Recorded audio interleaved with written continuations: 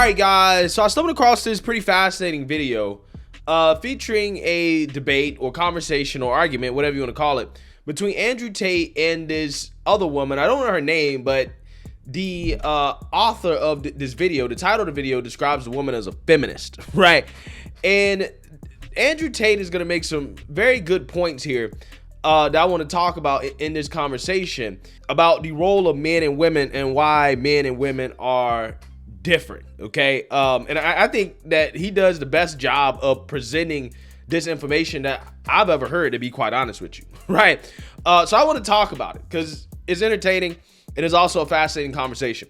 But before I get into it, I just want to give a disclaimer here because I don't want people to get it mixed up. The context of this conversation, at least up until this point that I'm going to start the video at, is that they're talking about, the difference between men and women and how, men, can marry multiple, wives and they can cheat and all that other stuff. This is how I think about that. I don't think it's right for men to cheat on their wives unless, it's understood by the wife that, hey, this is what you're allowed to do. And if that arrangement is there, then fine. I don't have anything to say about that if that's the arrangement in your marriage. However, I don't think it's okay for dudes to just assume that, oh, because I'm a dude and because, I do this and I do that, I can just cheat on my wife just because I'm a man. I don't think that actually is okay, right? I think if you're going to do that, you should at least ask your wife if that's okay. And if it's not okay, then maybe you should reconsider marriage, right? If you really got to step out like that. Also on top of that, in regards to whether or not men can have multiple wives or should they have multiple wives, polygamy, I understand the historical precedent, okay, that would lead people to believe that it's okay for men to have multiple wives and why it was done back in the day. We're talking about ancient times, biblical times. I mean, even today, you still got some societies and cultures that still practice this. In the Bible, you had multiple characters, people like Abraham, King Solomon, etc. They had multiple wives. And I understand the usefulness back in the day in the sense that women needed a husband, right? They needed a man, even if they had to share a man, that was much better than the alternatives, which was prostitution or, engaging in some other type of activity in order to survive. That's not a good situation, especially back in those days. So I get it. However, in the Bible, Genesis 2:24 more specifically, I think God makes it clear what his preferred arrangement is for marriage, which is between one man and one woman, as ultimately they become one flesh. And I adhere to that. I think that is what people should strive for. Okay. I think that monogamy is the ideal setup. So I want to say that off the bat because those are two things that I disagree with Andrew Tate on. Right. And I don't want people to get confused and think that, oh, I agree with everything he says. No, I don't. I disagree with him on those two issues right there. However, I think that his overall kind of logic and the way he explains why men and women are different is spot on, even though I don't necessarily agree with his conclusions in regards to how this means that men should be allowed to do certain things and women shouldn't be allowed to be certain things when it comes to relationships. I don't necessarily agree with those conclusions, but I do agree with kind of the overarching logic. So without further ado, let's go ahead and get into this. Can I ask you a question? Wait, Esther, 1 second. So may I ask you a question? What would you say if a woman now is married to two men? Haram. Why? No, I'll tell you why. Let's talk about this. What is the difference between a man, let's say me, I have 4 wives, right? What's the difference between a man having 4 wives and a woman having 4 men? You can impregnate the 4 wives at the same time. You can impregnate the 4 wives at the same time, and we know who the parents are, right? So Yes. let's say you had 4 pregnancies, you know who the mother is because she's carrying the baby, and you know who the dad is, top G. If you had a woman with 4 men and she gets pregnant, who's the parents? What about if... No, I'm asking. Okay, do you know? I ask, what if they're different races? Answer one white, the one black? question. You don't know. Answer the question. You don't know. Now, modern science can come along and maybe fix that for you, but that doesn't mean it's not wrong in the eyes of God. The idea of having a family, the idea of a child being born, one of the baselines for a new life to come onto this planet is for at least to understand who the 2 people who made it are, at least. If you have a woman fucking 4 dudes, you don't even know who got her pregnant. So Facts. Facts. And unfortunately, in today's society, this is so common, man. This is why I'm like pro being against child support unless there's DNA testing done, right? I don't think a woman should be able to demand child support from somebody who might be a father, right? Who she thinks is the father. And I'm pretty sure that a DNA test is required in most states, I guess it depends on your state, when it comes to who the alleged father is in order to receive child support payments from an alleged father, right? I'm pretty sure that is required in most states, but I'm just saying, under no circumstances should any man have to pay out any money unless, again, DNA test has determined that this is in fact the child, right? But again, his point here is that a woman getting pregnant and not knowing who the father is not an ideal situation when you're talking about raising a family, in which the ideal situations would be that the two biological parents are actually known and that they're the ones that are raising the child. So I understand his point. Wait, have you seen the twins that had two different dads? Oh yeah, I saw that. May I just say something then? So if that is the case, yeah, if the one thing that you're meant to have is you, at least you know who the two people that put that child on earth are, then that's why promiscuity for men is also a problem, because they get women pregnant. Sometimes they don't even know they have children. That's haram, no?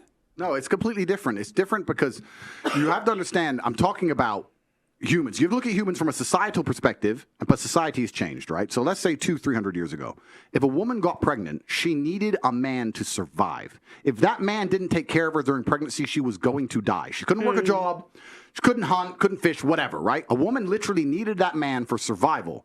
So if you were to come to me and say, I'm pregnant, but you've been fucked by 4 different dudes, I'd be like, who says it's mine? Why am I looking after you? None of them want to look after her. She will literally perish. This is why in most of the world today, still today, virginity is so coveted, and throughout all of history it's been so coveted, because that's the only way to ensure paternity. She's a virgin, I know that's my baby.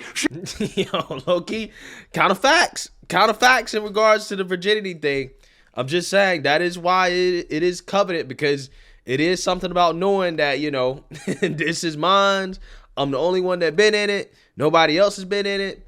I ain't got to worry about whether or not, you know, she got pregnant by some other dude or whether or not she been sleeping with other dudes.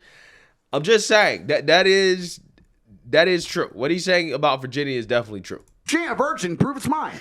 Outside of this modern science bullshit, Shaitan, the devil we have here in the West, in most of the world today, without virginity or at least a low body count or at least anti-promiscuity, you can't tell that that's your baby. So it's a completely different thing. You're looking at the idea of a woman being pregnant and coming to a group of men and saying, one of you has to take care of me and put up with me when I'm fat and moody and annoying and I need my bills paid. And all the men are going to sit there and go, no, fuck no, prove it's mine. You can't prove it, bounce. Where it's different. If I get 4 women pregnant, we know the deal. Okay, so yeah, but see, here's the thing. I don't necessarily know if that means that you should be encouraging men or saying it's okay for men to go out and, you know, get a whole bunch of different women pregnant, because that's also a problem as well too. Men that do that, but they can't take care of these 4, you know, different women and all these kids that they've created. Again, that's an even bigger problem, right? Because again, the average man can't do that. Yeah, a king can do that, right? A king can do that, fine. But the average man cannot do that. So it's not one of those things where I think that it is even like beneficial to even say that. Like, I understand his logic behind it. I understand like the biological perspective behind it, right? Like why it works, but it doesn't work in today's society, because most men, the average man, can't take care of 4 wives and all their kids. He just can't, right? I would find it very hard for a man to even be able to emotionally take care of their needs, as well as even financially take care of it. I just don't think it would ever work in reality. Again, if you're a king, in ancient times, I think it's a little bit different, right? Or if you're a man of wealth, or status, or whatever, again, in ancient times, I think it's different. But in today's society, I don't think that would actually work. So again, this is kind of the stuff I disagree with him on. I disagree with some of his conclusions, but I don't disagree with kind of the underlying logic and arguments that he's making. So let me ask you a question. So obviously back then for survival, women needed a man. Otherwise, when they were pregnant, they could die and all of these things, they would perish. In today's society, given evolution, given the fact that as women we can go and get... Men. Yeah, but I'm not saying that. Isn't there a glitch between what is actually happening and the nature of what we have in our bodies? I think that's probably the conflict that we're having right now. Glitch in what way? in the sense that women don't feel like they need men in the most physical sense, perhaps that's like right. naturally. It's very interesting. Women don't feel like they need men in a physical sense because life is soft, but it's bullshit. And it's bullshit because you still need men by proxy, one, and two, the second life gets difficult, you very quickly learn how much you need men. But women will go, I'm independent, I don't need no man because I have an OnlyFans and men pay my OnlyFans, and if anyone comes up to me, I'll call a male police officer. I don't need men. Shut up, you fucking idiot. Of course you do. You just named your whole life is based on fucking men. The road you're driving on was paved by a man. The house you're living in was built by a man. The car you're driving was designed by a man. Your whole life depends on men. And the second anything bad were to happen to you, the second you were physically threatened, or times were to get hard, or war were to start, or famine, or riots, the first thing you do is find a big strong man, shit yourself, and throw the feminism out the window. Feminism goes out the fucking window the second that the snow needs shoveling, or there's a fucking broken down car, or the tire needs changing. Then all that crap vanishes. It's garbage. And this is the very interesting thing. I'll make a point here. Before he says this, I want to say this. Again, this is not just something that applies to relationships. You know, women's like, I don't need a man for a relationship. Those same women, again, when any of those things happen that he just said, they might not need a man in a relationship, but they need their father, right? They're gonna call their father, right? They're gonna call some male, family member, uncle, something like that. They're gonna call some male to basically do those tasks or to deal with issues that they can't deal with, where they need an actual man. Again, happens all the time, right? Some of these, single women out here, single mothers or whatever, I don't need a man. They tend to, want to call their fathers as soon as anything goes wrong, right? It's just kind of funny how that works. Which is going to get me canceled again, but I don't give a fuck. But this is the point. Feminism in and of itself can't be defended. The point of an idea is that it can be defended by the people who believe in it. This has been the whole point of war since the dawn of time. It doesn't matter if it was the Christians against the Hindus. It doesn't matter if it was the Germans against the French. There were people who had ideas and ideologies, and they were prepared to fight each other to defend their ideology. Feminism is an ideology which cannot be defended by feminists. The only people who could defend feminism are the men who subscribe to the garbage. If all the feminists were to get in a line and say, we want feminism, and the conservative men were to get in a line, you would learn very quickly it's bullshit. I had a friend in Afghanistan when Taliban kicked America out. And he told me the Americans were telling the girls they could go to school. So they built all these girls' schools, and they put the Afghanistani Defense Forces there, and they funded the Afghanistani Defense Forces to protect these schools. You had American satellites, you had night vision goggles. Taliban were afraid to attack. America leaves. Now you have Afghani Defense Forces. They're basically blind. They don't have satellites anymore. Don't have night vision, whatever. So now it's a real war.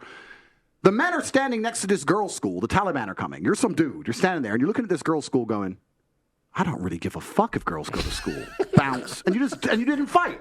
So that's why they all gave up and Taliban took over so quickly. And when I said this, the girls like, yeah, they should have fought for us, feminism. Why don't the women fight? Facts. Facts, bruh. Again, that's why I say, I just think that there's nobody that explains this and says this in the same way that he does, where it's so impactful, where you just think about it like, damn, that make a whole lot of sense. He's right about that. The feminists can't even defend feminism, right? There's not something they can't even fight for, like physically fight for. They can't fight for it. And the men that are willing to fight for it are simps. And they're probably going to get beat by the more conservative men, right? Let's keep it 100. That's just what it is. Can I ask? Oh, wait, the women can't defend their own fucking idea. You need men to defend feminism. So that's why the whole thing is stupid. Because the second men don't defend it, it just fails as a fucking ideology. It's garbage. May I tell you? Yeah. I mean, because the crux of feminism is that men and women are the same, right? That the only difference between men and women are differences that have been imposed on men and women by society, by the patriarchy. Which, if that's true, then you would think that women would be able to defend their own feminist schools, right? They'd be able to defend their ideology without the need of men, but they can't do that, which that in and of itself undermines the core principle or the core assumptions of feminism, which is that men and women are equal and that the only differences are imposed on us by society, the patriarchy, men.